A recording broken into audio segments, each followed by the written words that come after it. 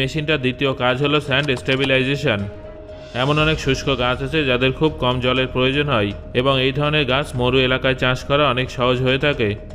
তবে মরু এলাকার বালি যেহেতু অনেক হালকা হয়, তাই কয়েক মাইল বিস্তৃত এই ধরনের পতিত জমিতে এইসব গাছপালা দেখা যায় না।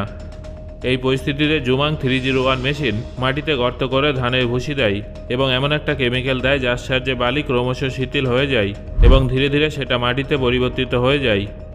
রিপোর্ট অনুযায়ী জুমাং 301 একজন শ্রমিকের তুলনায় 10 গুণ বেশি ভালো করে স্যান্ড স্টেবিলাইজ করে থাকে।